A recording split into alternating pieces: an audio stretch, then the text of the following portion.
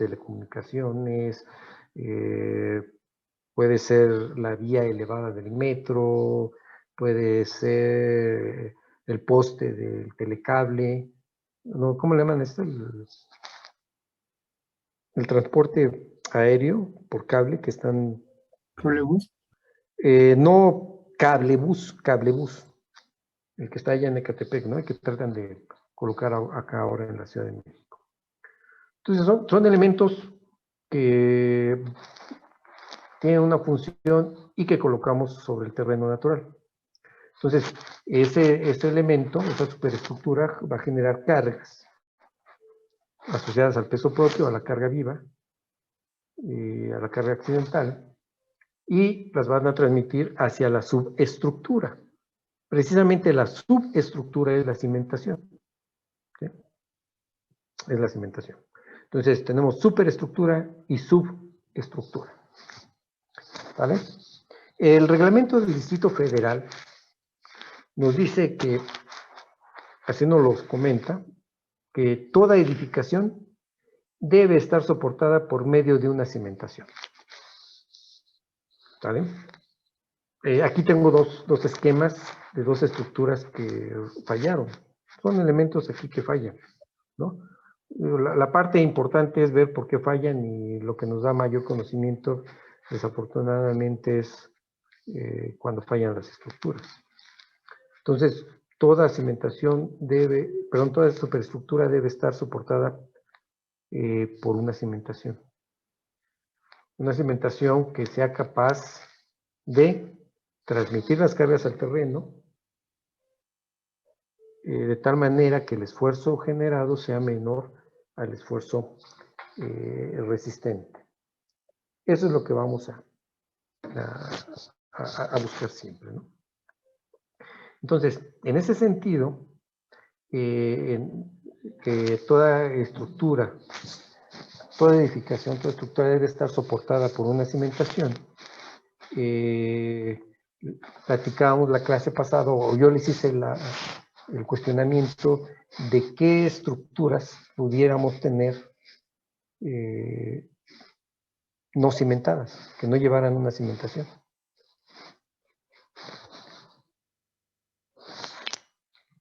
Y por ahí alguien me comentó una casa, ¿no? Una casa habitación. ¿Qué otro tipo de estructuras pudiera ser? Poníamos de ejemplo que, por ejemplo, el árbol tiene una cimentación, ¿no? Si tenemos un árbol tal cual, frondoso,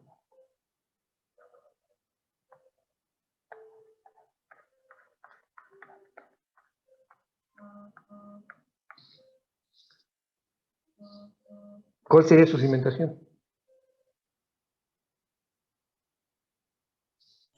¿Las raíces? Las raíces. Y Dios no era ingeniero, pero dijo, debe haber un elemento aquí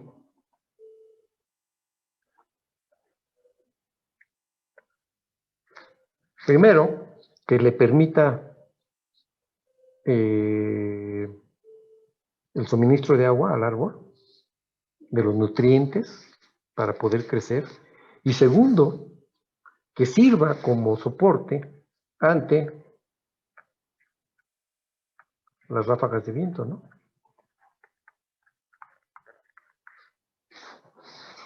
¿Sí? En el momento que está el viento actuando, pues el árbol va a tratar de formarse de esta manera. ¿Sí? ¿Quién va a impedir que se caiga? Las raíces. Las raíces van a trabajar a tensión.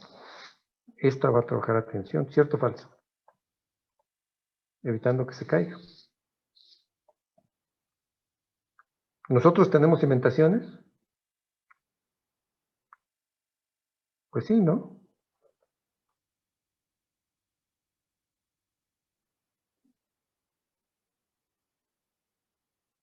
Las extremidades inferiores, la forma del pie, pues es precisamente una una cimentación que ayuda primero a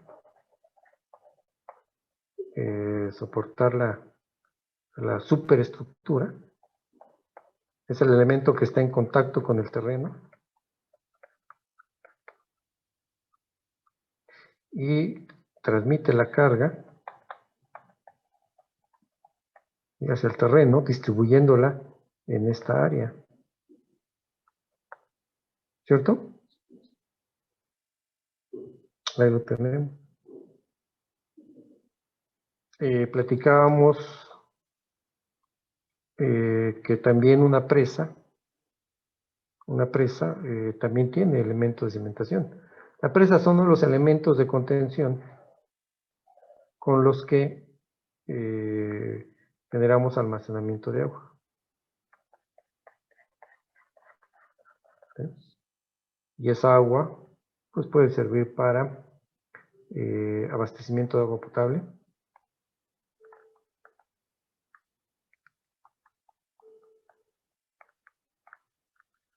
¿no?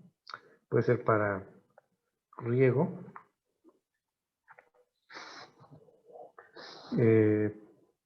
puede funcionar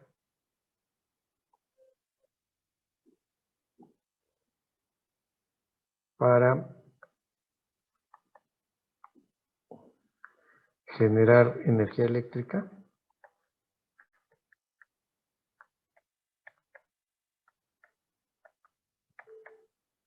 o puede funcionar también para recreación, ¿no? Pensemos una persona ahí con los esquís y una lancha con su motor aquí jalándolo, ¿no? Y la persona aquí conduciéndolo. Disculpe, creo que, bueno, no sé si sea mi caso, pero creo que estamos viendo nada más el PowerPoint. No sé si Sí, está yo dibujando. tampoco veía nada más Ah, que la ¿no? presentación. No, estamos viendo. Ah, qué caray. No, Y yo que me estoy esforzando en hacer dibujitos y no queda. A ver, ¿ahora sí? Sí, Ya se ve. sí, ya se ve. Ah, perdón. Bueno, a ver, repito. Decíamos que el ya sé. árbol tenía, me ven yo esforzándome aquí a hacer los dibujitos, el árbol, bueno, con una, perdón, decíamos ahí un árbol con sus raíces, que vive ahí contento y feliz, ¿no? Pero viene el viento va a generar el movimiento del árbol y el árbol pues va a tratar o más bien, por la carga que está actuando va a inclinarse. ¿Y quién va a evitar que se incline? Pues las raíces, ¿no?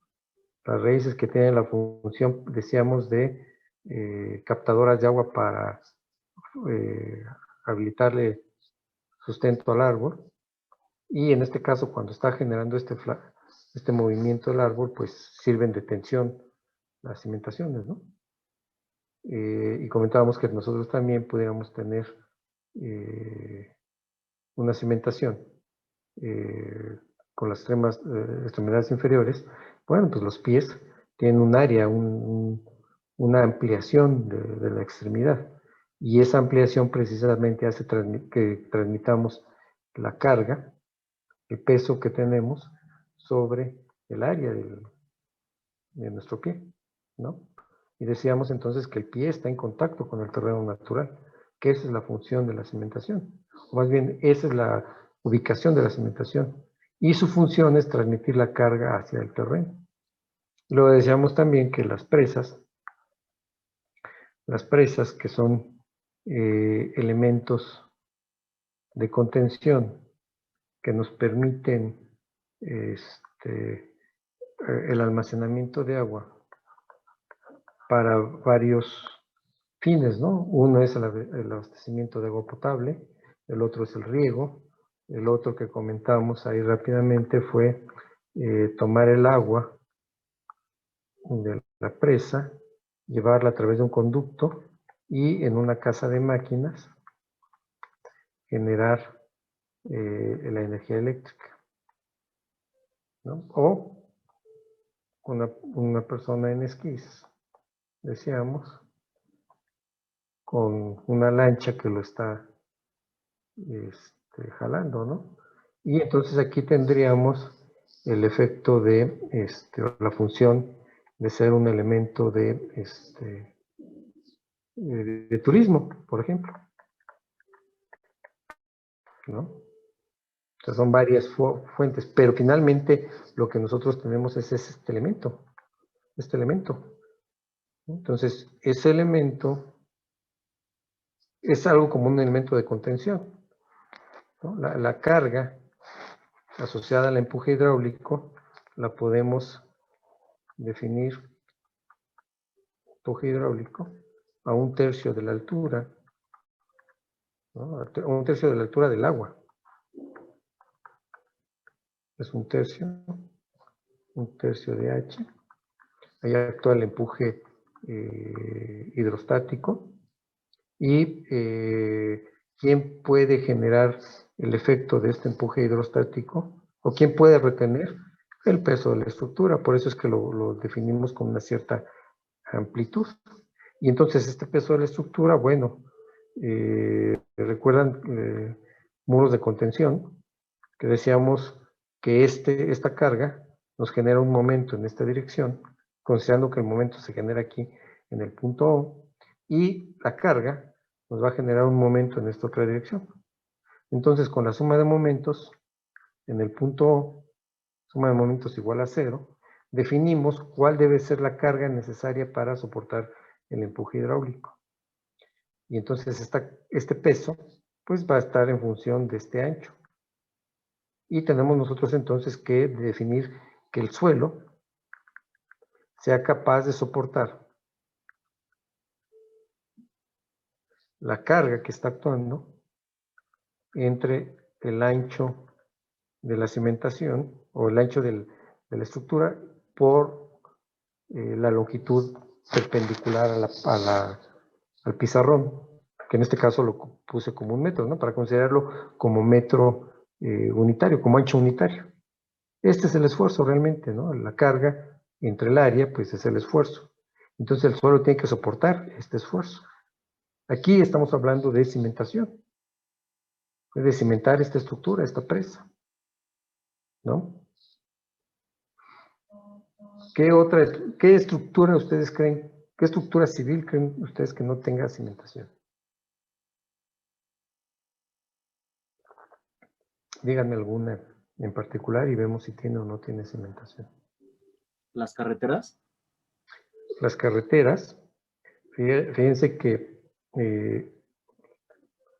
las carreteras tenemos que le colocamos un material aquí compactado, sobre él colocamos otro, y luego colocamos la carpeta asfáltica. Aquí, ¿no? Entonces aquí tenemos base, tenemos la subbase y tenemos la carpeta asfáltica.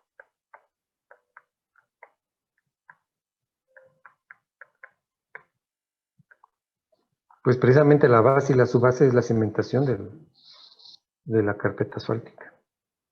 ¿Qué hacemos? Que la carga que viene aquí por el vehículo,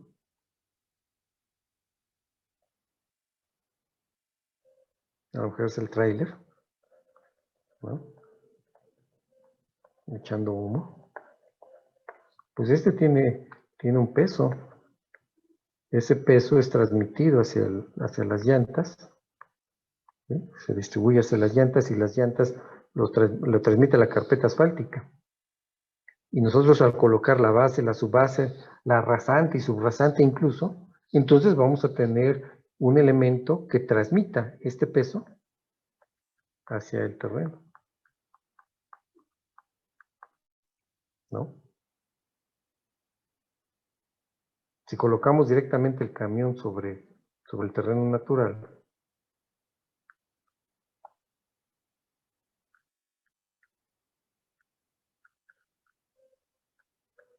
Echando humo, ya decíamos. Aquí debajo de las llantas, la carga va a estar transmitida hacia cada las llantas, ¿no? En este caso hablamos solamente de 2 llantas, entonces la carga aquí será W sobre 2. Y acá también W sobre 2.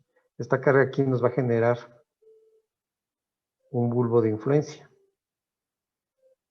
un bulbo de asentamientos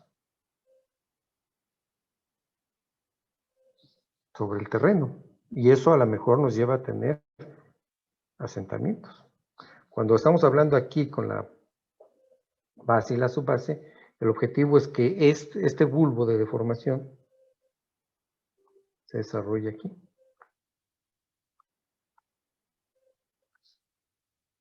Entonces, ¿realmente qué le llega al terreno?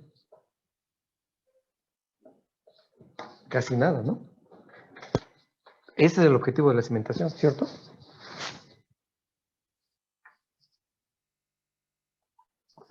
¿Sí queda claro? Sí, gracias. Bien, ahora, una parte importante, entonces, es que esta cimentación, o esta misma de las personas, o la del árbol,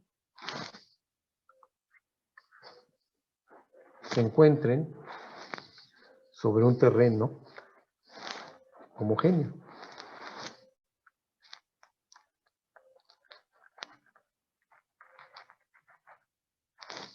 ¿Sí? Homogéneo en el sentido de que tiene que haber únicamente suelo. ¿Sí? El reglamento del Distrito Federal nos dice que todas las edificaciones se deben de cimentar en un suelo competente. Suelo competente. No se permite que el suelo sea tierra vegetal. No se permite que tengamos rellenos sueltos, que tengamos oquedades al interior. No se permite que tengamos desechos. ¿De acuerdo? ¿Por qué? Porque si tenemos todas estas circunstancias, el desempeño de la superestructura se va a ver afectado, ¿no? Y si no, pregúntenle a la Torre de Pisa.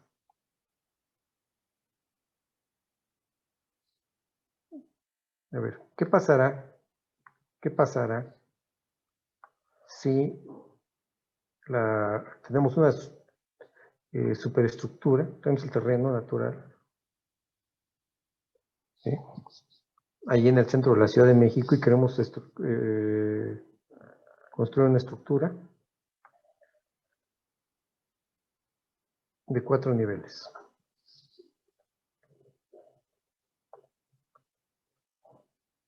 Y como estamos allá en el centro de la Ciudad de México, posiblemente aquí haya una vieja pirámide. ¿Pudiera ser o no pudiera ser ahí en el centro de la Ciudad de México? Sí pudiera ser. ¿No? O vamos, el proyecto en boga, el aeropuerto de Santa Lucía.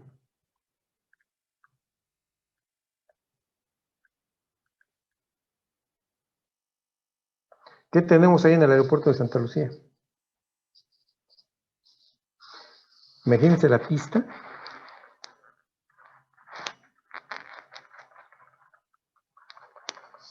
en la cual va a aterrizar un Antonov. ¿Ubican los Antonov? Sí, Sí. ¿Cuáles son? es el avión, bueno, creo que ese no es de pasajeros, pero es el avión como comercial más grande del mundo, el Antonov 225, si no me equivoco. Es de los pocos que tienen 3 motores por cada ala. Es un avión ruso. Es el avión más grande de carga. Imagínense que aterriza el Antonov ahí.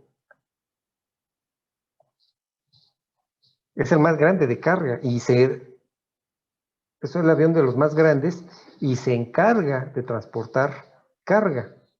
¿Cuál es su peso? Toneladas, ¿no?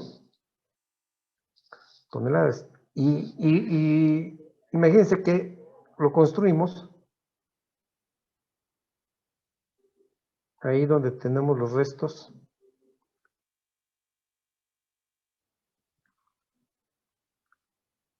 de los mamuts. ¿Sí? ¿Qué va a pasar con esta carga? ¿Será transmitida adecuadamente en el terreno? A lo mejor la carga sí es transmitida, pero el terreno no va a soportarla. ¿Por qué? Porque tiene aquí una discontinuidad. No es un elemento continuo. No tiene una discontinuidad asociada a este elemento. Al igual que esta estructura en donde tenemos una pirámide, el desempeño de la obra civil se va a ver comprometido. ¿Sí? Aquí con las osamentas de los mamuts pudiéramos tener problemas importantes. Vamos, ¿qué zona va a ser más deformable? Quizás donde se encuentran los mamuts. ¿Por qué? Porque son huesos. Y los huesos con el tiempo empiezan a hacerse muy porosos. Y al hacerse muy porosos, pues no resisten carga y se desquebrajan. Y si el hueso se desquebraja, va a dejar ahí un hueco. Y ese hueco finalmente se va a traducir en un asentamiento en la superficie. ¿Sí? Imagínense que ocurre esto, pues la pista va a tener una deformación. ¿Y qué va a pasar al avión? Pues seguramente se va a girar, ¿no? Se va a girar por el problema que tuvo aquí la cimentación, por el suelo. Acá en el terreno del centro de la Ciudad de México, pues sabemos que la deformación, ¿recuerdan esta ecuación? Que el delta H es igual a delta E entre 1 más E0 por H. ¿La vieron allá en comportamiento de suelos? ¿Sí la recuerdan o no?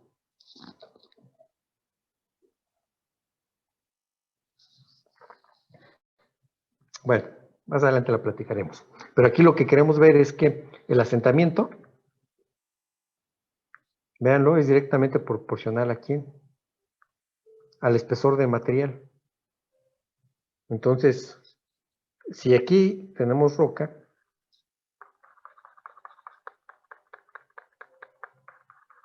vamos a pensar que aquí es roca para limitar un poco la problemática. Fíjense, aquí tenemos esta cantidad de material y aquí tenemos este material más este otro. Generalmente las pirámides, ¿de qué material son? De piedra, ¿no? Piedra brasa. Junteada con mortero. Entonces, realmente, ¿cuál es la parte que se va a deformar? Es esto. Entonces, ¿dónde vamos a tener mayor, o dónde la estructura va a experimentar mayor asentamiento? Pues donde tiene mayor espesor, ¿no? Los asentamientos acá van a ser muy, muy grandes. Vamos a poner con otro color. El asentamiento aquí va a ser muy grande y acá el asentamiento muy pequeño. Y va a ir creciendo de esta manera el asentamiento. El diagrama de asentamiento sería más o menos de esta manera. Nada más por dibujar algo, ¿no? Si este es el diagrama de asentamientos, ¿qué le va a pasar a la estructura?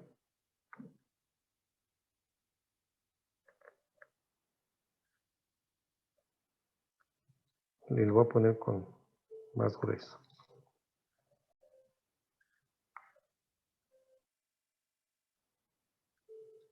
¿Sí están de acuerdo que puede suceder esto? por la presencia de un elemento ajeno al suelo. Entonces, el reglamento nos dice, señores, la cimentación debe colocarse la superestructura tiene que colocarse en una cimentación. Eso ya nos queda claro. Todas las edificaciones, todas las obras civiles tienen que tener una cimentación. Y luego, la cimentación tiene que desplantarse en un suelo competente, que no tenga materiales sueltos, que no tenga tierra vegetal, que no tenga desechos, que no tenga restos de antiguas edificaciones, ¿no? Que no existan tuberías de luz, que no exista tuberías de conducción de gas, de estas de Pemex, que no existan tuberías de drenaje, que no existan ¿qué otros? Las del gas natural, que no haya vestigios de osamentas de seres vivos, ¿no? No tiene que ser un suelo competente, en donde tengamos que colocar la estructura, que sea lo más homogéneo posible. Y me refiero a homogéneo a que esté formado por suelo nada más. Desde luego vamos a encontrar suelos estratificados, que eso les da una heterogeneidad, pero finalmente son suelos. Lo que buscamos o lo que tenemos que identificar es que no exista algún material diferente al suelo, porque eso va a tener entonces repercusiones sobre el desempeño de la estructura. ¿De acuerdo? ¿Sí? ¿Preguntas?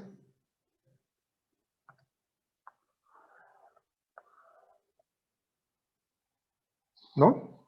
Profesor, una pregunta. En el caso de estas tuberías que en ocasiones llevan agua y, bueno, están enterrados, por así decirlo, ¿estas sí tienen una cimentación o sí se tuvo que haber hecho una compactación del suelo previamente?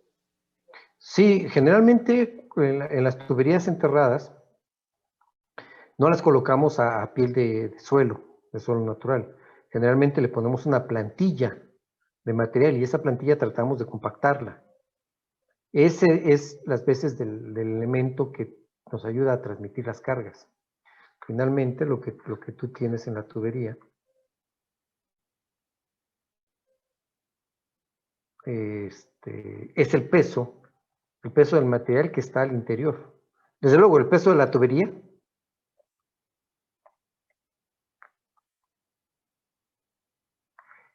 y también aquí el peso de lo que estás transportando. El peso del gas, puede ser el peso del agua, o lo que estemos transportando por esa tubería. Y en este caso, el punto de contacto de la tubería es muy pequeño con respecto al suelo. O sea, se concentra mucho la carga sobre un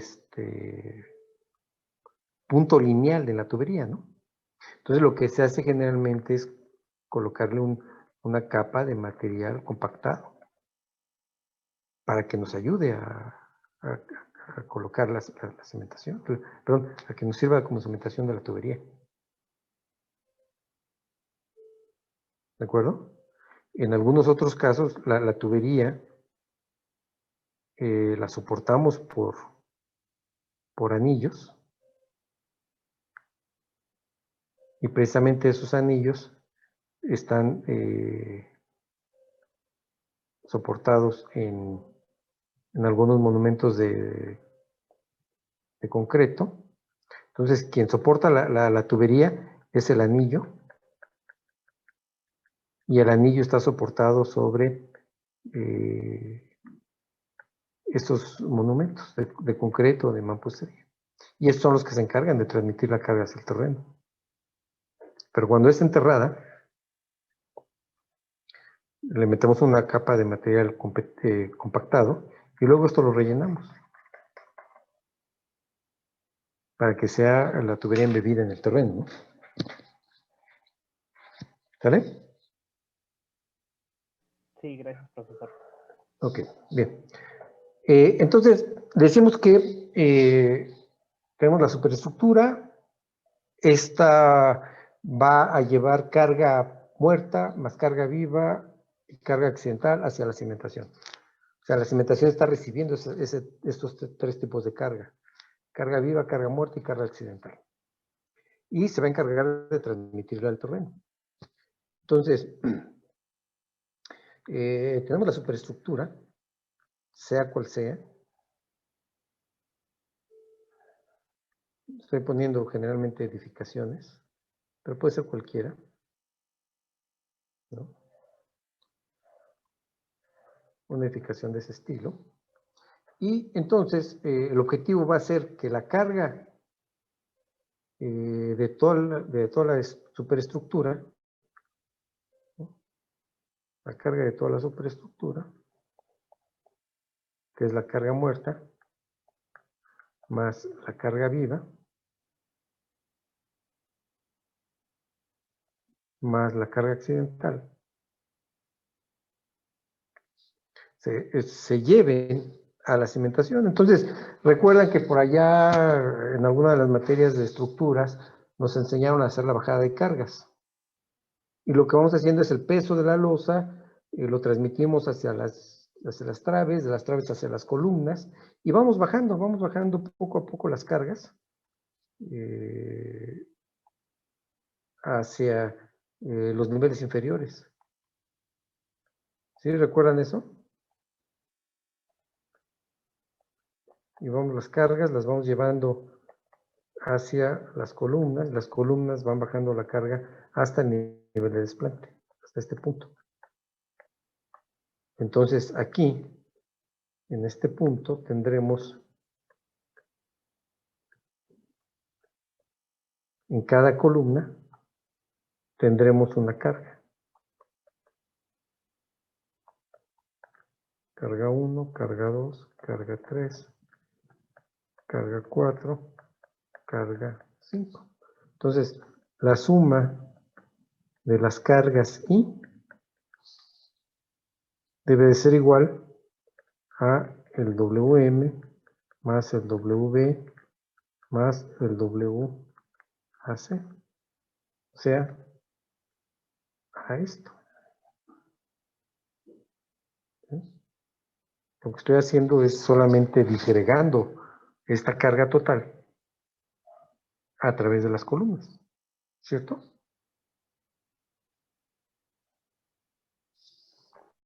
Entonces esta carga que viene por las columnas la tengo que transmitir hacia el terreno. Entonces, la primera opción sería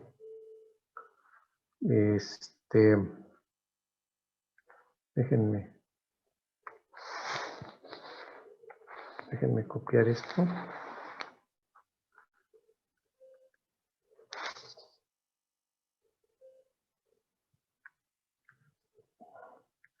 Lo voy a ocupar varias veces.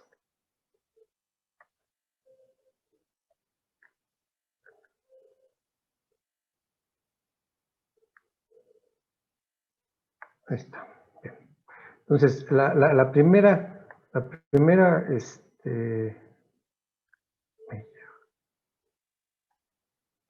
opción que tenemos es que otra vez, que coloquemos debajo de cada columna un cimiento. Debajo de cada columna.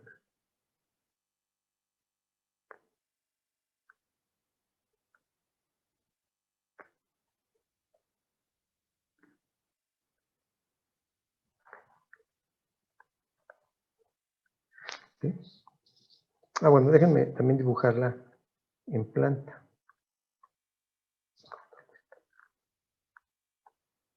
En planta sería, tenemos 1, 2, 3, 4, 5 marcos. 2, 3, 4, 5 marcos. Y del otro lado vamos a colocar 4 marcos. Ahí está, más o menos que sea esa la forma, ¿no?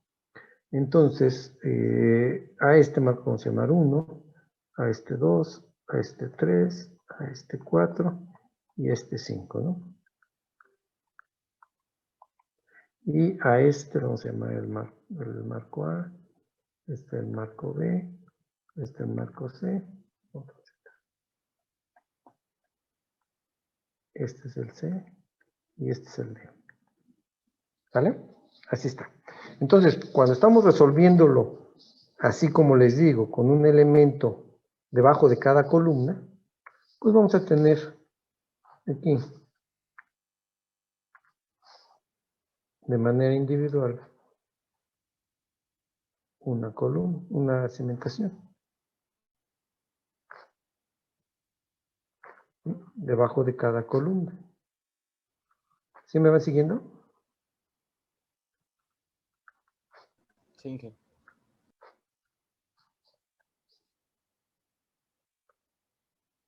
¿Vale? Entonces, cuando tenemos una cimentación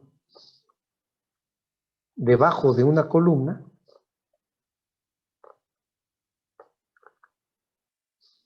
lo llamamos zapatas aisladas.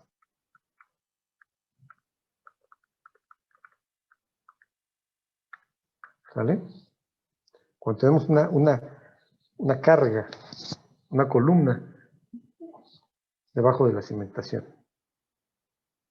Perdón, una columna en cada una de las cimentaciones. Entonces, vamos a tener un elemento como este. Esta es la columna, ¿no? Y en la columna viene abajo entonces la zapata.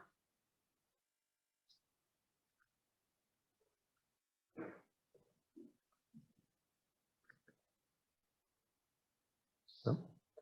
La columna vendría a partir de aquí.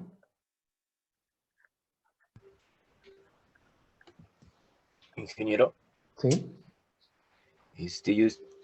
yo tengo una duda. He visto zapatas aisladas así con el rectángulo, bueno, con la base, con la losa, así, ¿no? Pues perpendicular de geometría rectangular. ¿De qué depende de que ese ángulo que está en la parte de arriba de la losa sea inclinado? ¿De qué depende eso? ¿Igual ¿De del suelo que este? nos encontramos? No, ¿De este? de la losa, no. De la losa, el peralte de arriba, digamos, donde está, de la losa, lo que marcó como losa, Ajá. ajá, el rectángulo de arriba va Ah, subiendo, ¿no? O sea, el ya, ángulo ya, va, ya sé de qué hablas. Que tenga esta forma, sí, ¿no? Que ¿de qué depende que lo esa tengamos así configuración? o que lo tengamos así, ¿cierto? Sí, Bien, estructuralmente, una revisión que tenemos que hacer es por penetración.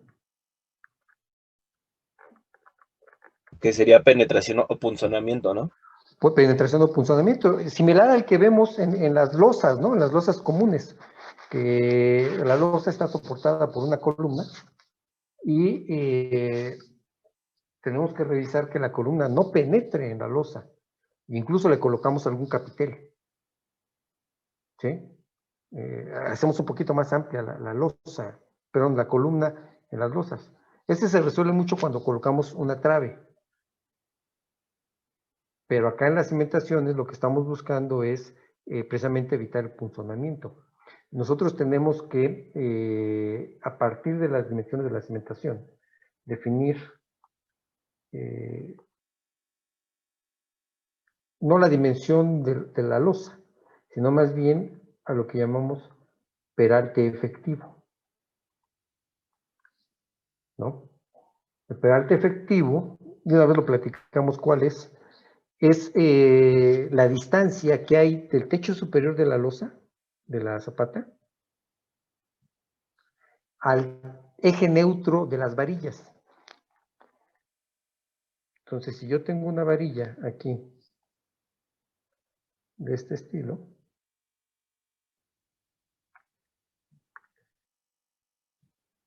aquí a la mitad de la varilla, de ahí hacia el hombro superior de la losa, ahí marcamos el peralte efectivo.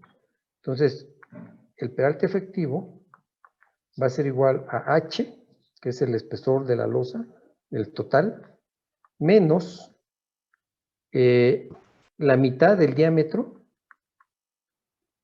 de la varilla, ¿de acuerdo?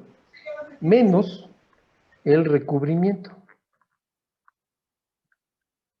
El recubrimiento es la distancia que hay de la varilla hacia el extremo inferior.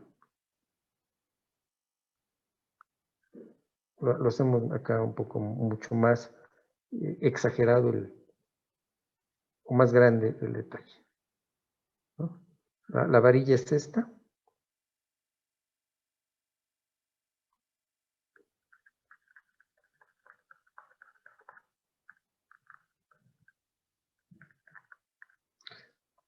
Esta es H, ¿no? Y la D va aquí de la mitad hacia arriba. Este es D. ¿De acuerdo? Este que tenemos aquí es el phi de la varilla. Entonces, esta distancia, ¿sí?, es 1/2 de phi de la varilla. ¿Estamos de acuerdo? Y la distancia que tenemos aquí de concreto cubriendo a la varilla es a lo que le llamamos recubrimiento. ¿Estamos? Y bueno, Sí. estamos platicando de esto. Entonces, el reglamento de construcciones de la Ciudad de México nos dice que el recubrimiento debe de ser igual a 5 centímetros. Ese es por reglamento. O nos dicen, colocas una plantilla de concreto pobre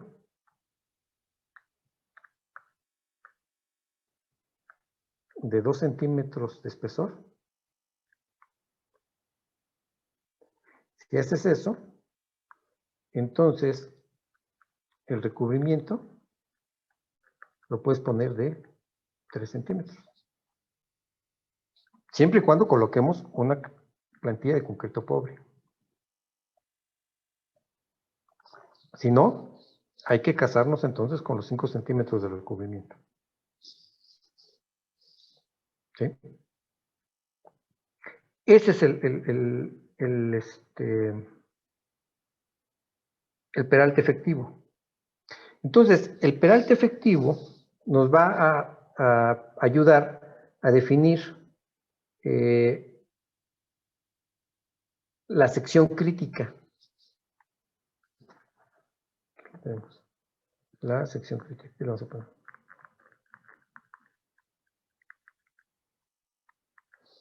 ¿No? Y la sección crítica se mide desde el paño del dado de cimentación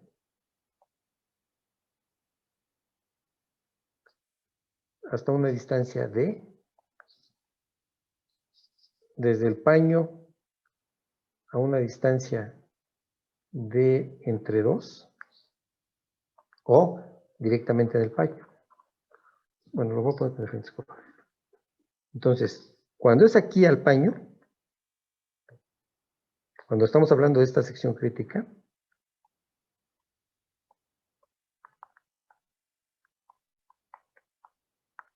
es para revisar flexión. ¿De acuerdo? Y cuando la tenemos a una cierta distancia del paño, la sección crítica es para definir cualquiera de estas dos, para definir punzonamiento y tensión diagonal.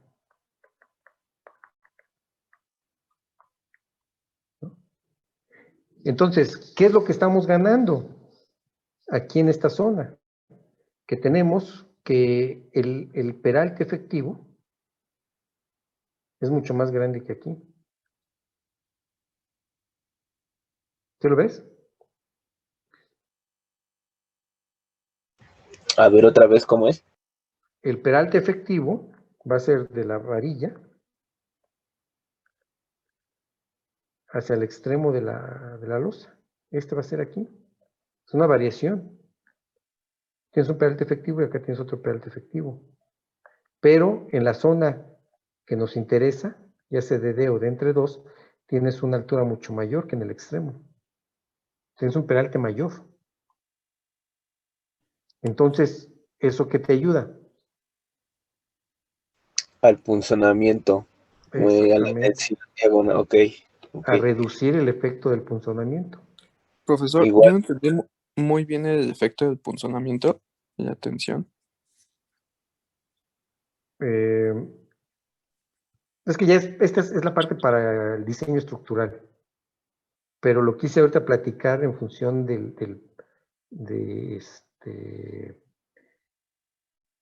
la variable llamada peralte efectivo, que es la pregunta estaba encaminada precisamente a esta variación de altura de la losa, que está asociada al peralte efectivo que va a estar ahí interactuando.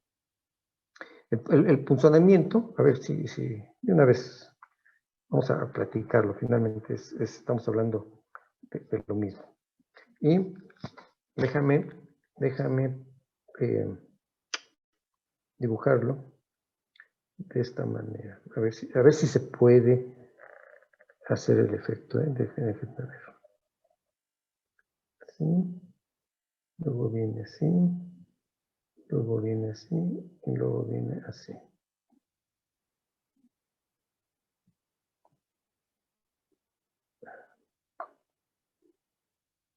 Lo estoy así dibujando para que se pueda ver lo que requiero, ¿eh? Pero vamos a pensar que toda la losa es continua. ¿Sí? La falla, el mecanismo de falla por punzonamiento nos define un acampanamiento en esta zona, en la losa. Y esta campana precisamente llega ¿a qué distancia? A la distancia D, ¿sí? De esta manera. Entonces, cuando está aquí actuando la carga,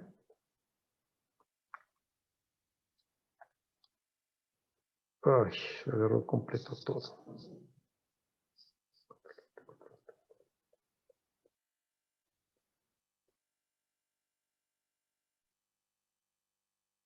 Okay. Déjenme ver, para verlo. Ya sé cómo lo vamos a hacer. Lo voy a colocar con otro color para distraer a la máquina. Ahí está, sí. Es la misma, es el mismo elemento, es la losa, como decíamos. Lo único que vamos a ver es que con la carga que está actuando aquí,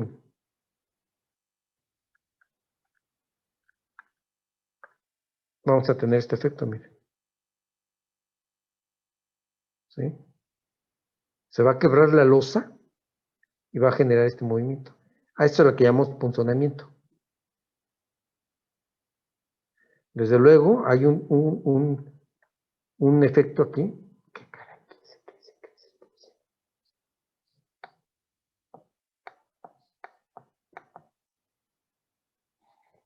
Lo hice pequeño. Qué caray. Permítanme. ¿Qué pasa? ¿Por qué no regresa a su tamaño normal?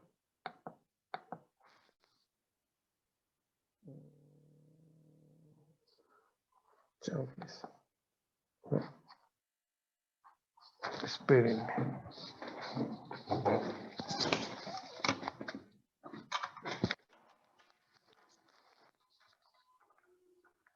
Necesito el mouse.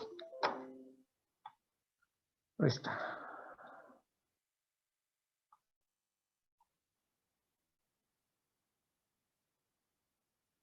Perdón, ¿eh?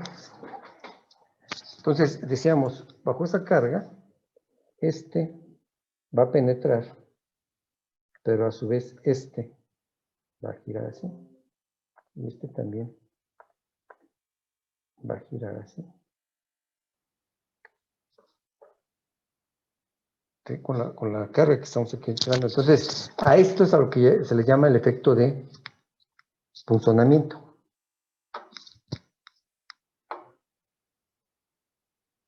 Sí,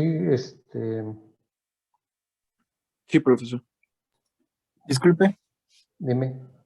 Y con respecto a lo que nos decía que por reglamento puede ser una plantilla primero de 2 centímetros.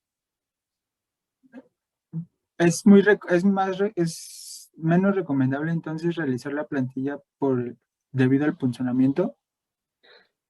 No, no, no, no. El recubrimiento finalmente nos va. Aquí está, mire. Si alcanzan a ver en este esquema. Ahí está. Pero, ¿cómo lo pongo?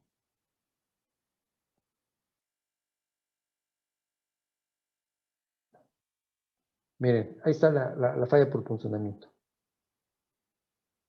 Y vean la columna, la losa, se forma aquí un acampanamiento. ¿Sí lo visualizan?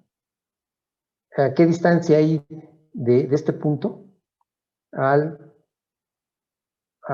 extremo del dado? Hay una distancia ¿sí?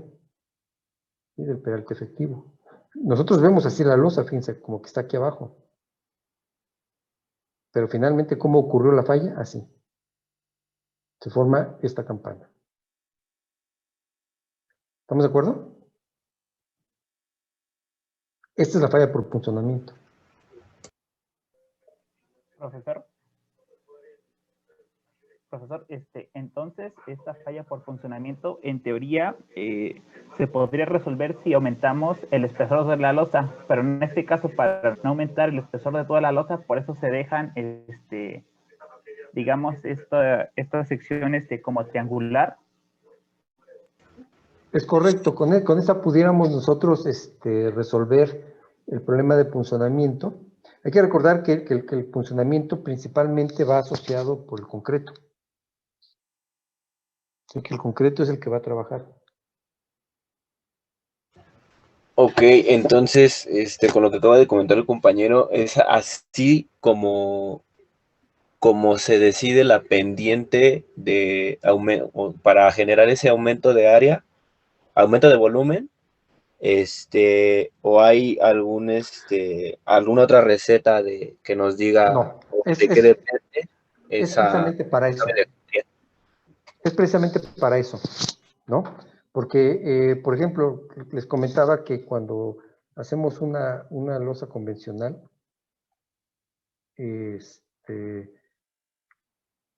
tenemos la losa, ¿no? Y si en esta losa la estamos soportando, esta es una losa de entrepiso, ¿no? Si esta losa la vamos a soportar aquí con una columna, voy a presentar aquí la columna, pero por su desarrollo está actuando aquí, miren.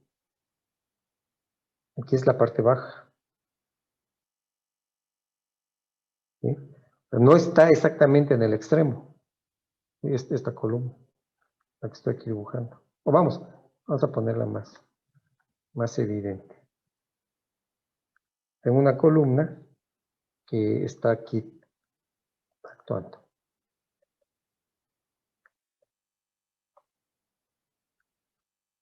¿No? La vemos así la columna.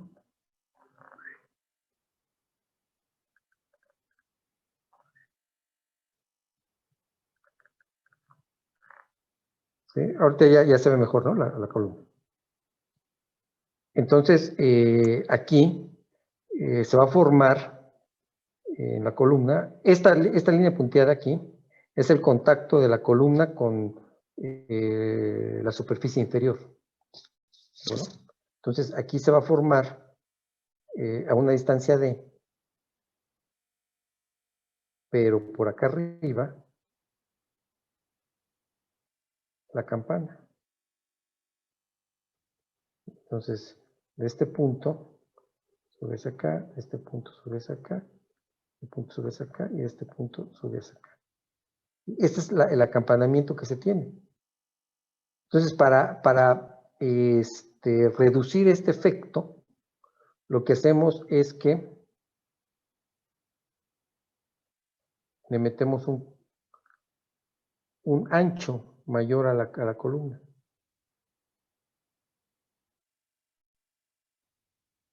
Un ancho mayor a la columna, ¿sí? Pero formado ¿por qué? Por un capitel.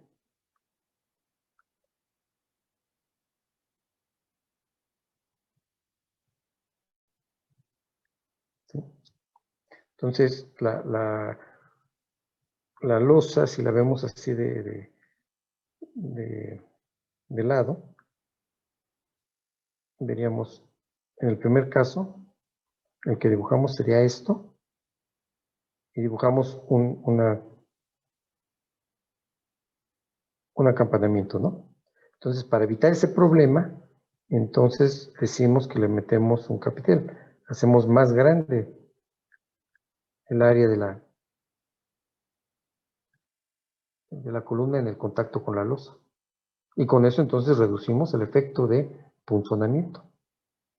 Entonces, esto es lo que sucede ahí en la losa, o lo que hacemos generalmente en losas de entrepiso. Bueno, ¿sí queda claro cómo quedó aquí?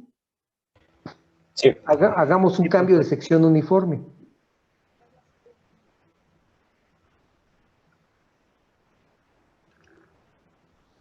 ¿Ya lo vieron?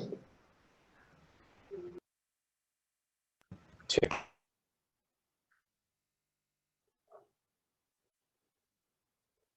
No, miento, no era así.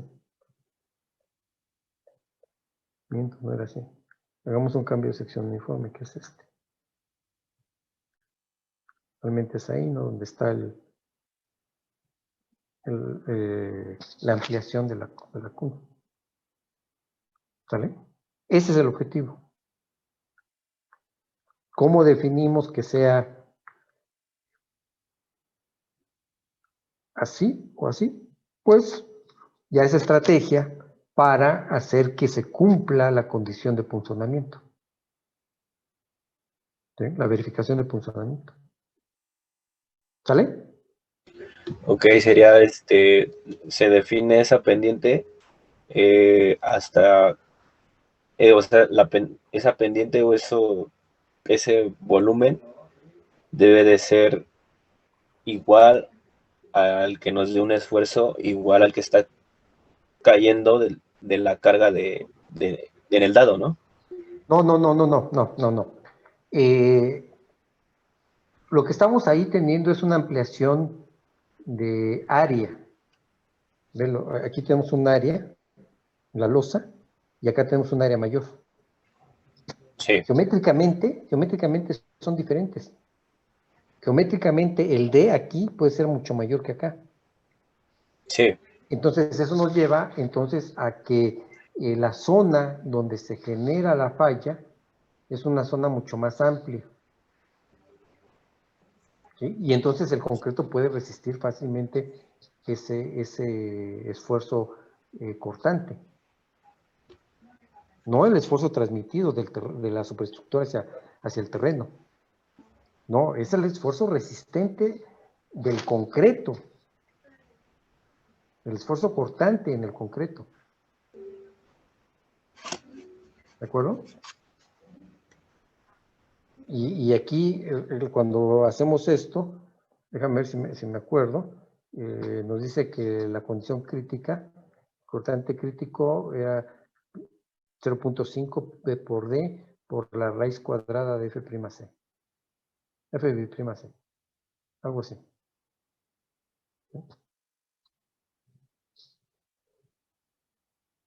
¿Qué vemos aquí en esta ecuación? El cortante que resiste el concreto. Sí, pero fíjate, Área y el peralte. Bueno, el área con el peralte. ¿estamos de acuerdo? Ok. Es directamente proporcional al peralte efectivo, Sí, la resistencia al concreto. Entonces, lo que estamos aumentando es geometría para que el concreto sea capaz de soportar el esfuerzo cortante. Asociado, desde luego, a todas las cargas que vienen de arriba. Esa es la parte del diseño que vamos a hacer, o la revisión estructural de la zapata. Vamos, dijimos que la cimentación es un elemento que está en contacto con el terreno y es el encargado de transmitir las cargas de la superestructura hacia el terreno, distribuyéndolas. ¿De acuerdo? Esa es la función de la cimentación. Pero nosotros tenemos que garantizar que en su trabajo de transmitir las cargas al terreno, sea capaz de soportar esas cargas a cortante y a flexión. correcto. ¿No? Entonces tenemos que verificar que el cortante resistente del concreto, el BCR, sea mayor Que el que actuante. el actuante. ¿El actuante en dónde? En la sección crítica. Ok, sí, sí entendí todo, todo lo que acabas de explicar. Pero sí me sigue causando la duda en qué momentos vamos a ocupar esa pendiente y en qué momentos no. Ah, no, es que tú defines una cimentación, ¿no? De entrada no sabes qué dimensiones va a tener.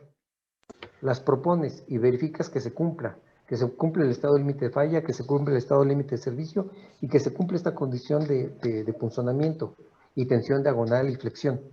Si no se cumple, tienes que redimensionar. ¿De acuerdo?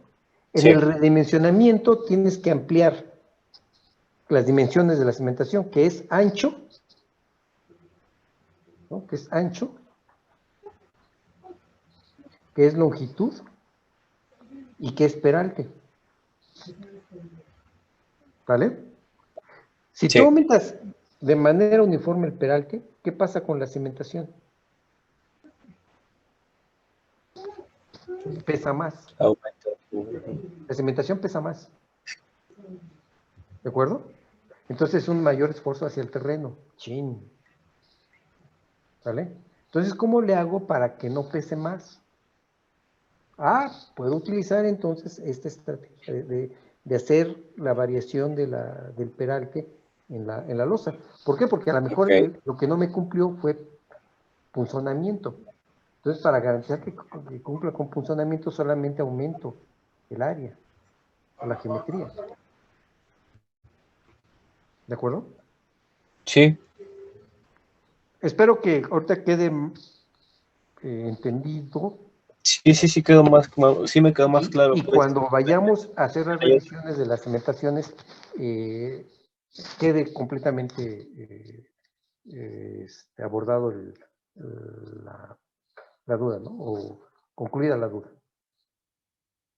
¿Vale? Gracias. Bueno, a todos les quedó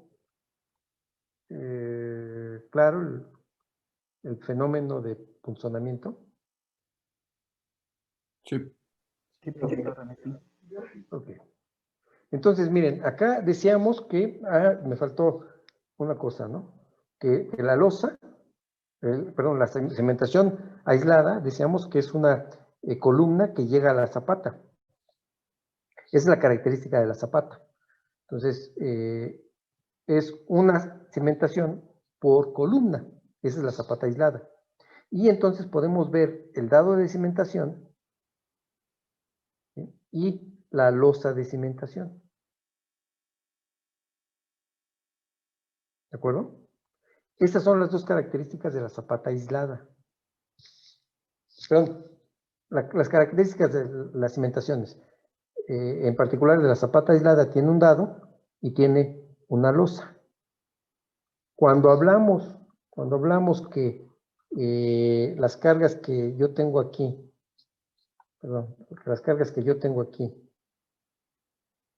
que las transmito a esta cimentación, no son transmitidas con un esfuerzo menor que la resistencia del suelo, entonces tengo que redimensionar. ¿Y qué hago? Ampliar las dimensiones, el ancho, la longitud y posiblemente la profundidad de desplante. La profundidad de desplante es esta distancia, la distancia del terreno hacia el punto de apoyo de la cimentación. Entonces, en el redimensionamiento yo tengo que hacer esos cambios. Pero va a llegar un momento, nada más denme un par de minutos para que demos entrada para la siguiente clase al tema. Hay momentos en los que, perdón, esto es acá, aquí, que tengo que ampliar el ancho de la losa, el ancho y la longitud de la losa, que me va a quedar algo como esto.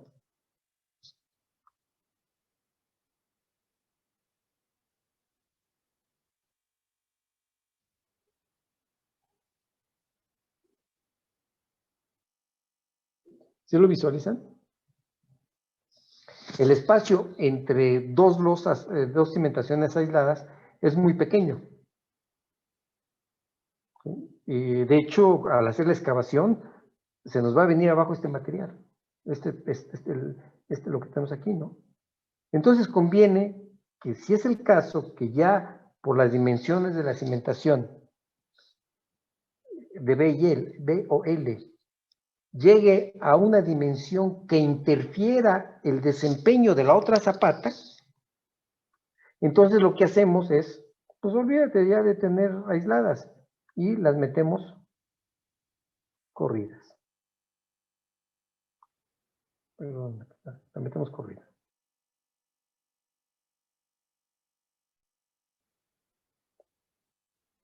¿Estamos de acuerdo? Entonces, cuando una zapata aislada aumentamos las dimensiones y eso nos lleva a que interfiere el comportamiento de la otra zapata o de otras zapatas, entonces conviene cambiar el tipo de cimentación. Y nos vamos a lo que es zapata corrida. ¿De acuerdo? De acuerdo, profesor. Y entonces el viernes platicamos de la zapata corrida. Bueno, ¿Vale? yo tengo una duda, pero Sí, bueno, dime. esa distancia del dado, ¿cómo saber, bueno, que no se confunde con la columna? Es que me voy a quedar hacia la izquierda para que lo tengamos. Tengo el terreno natural.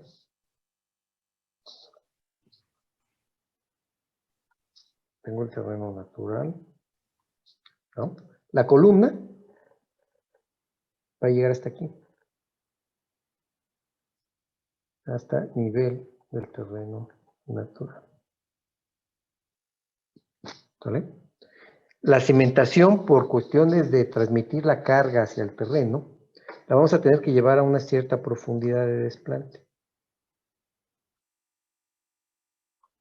¿Sí? Que decíamos que es esta. ¿De acuerdo? Entonces, del nivel del terreno natural al límite superior de la losa, a este es a lo que le llamamos el dado. ¿Y ese dado, esa distancia, de qué va a depender? Esa profundidad. Va a depender de esto principalmente, de la profundidad de desplante y desde luego del espesor de la losa. Ah, sí, esa profundidad de desplante, ¿de qué va a depender, profesor? De DF, de la cimentación, va a depender de la resistencia del suelo. Ah, ok. Hasta que se encuentre la resistencia adecuada. Entonces yo voy a ampliar las dimensiones de la zapata, hacerla más ancha, más larga o más profunda, logrando o tratando de que el esfuerzo actuante sea menor que la resistencia del suelo. ¿De acuerdo? Entonces, yo voy a estar modificando B, L y DF. Desde luego también el espesor de la losa. Pero en el desarrollo, en el cálculo, vamos a estar trabajando con estos tres parámetros. Ok, ¿y el dado cómo es unido a la columna va colado igual? El acero de refuerzo, tú lo tienes que, ya en construcción, lo tienes que habilitar de tal manera que lleve en continuidad con la columna. ¿De acuerdo? Pero en el análisis de cargas, todo el peso de la superestructura llega aquí, incluyendo el peso de esta columna. Todo lo que viene acá arriba, peso de arriba, más el peso de la columna, es la carga que llega aquí a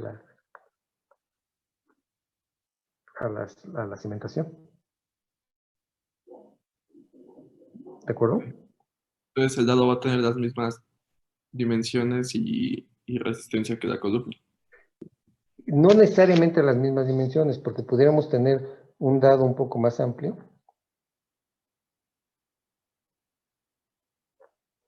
Que la columna. ¿Sale?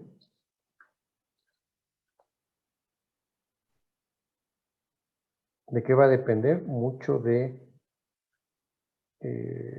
la superestructura, va a depender del suelo, ¿no?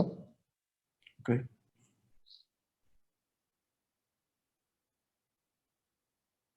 ¿Sale? Bien.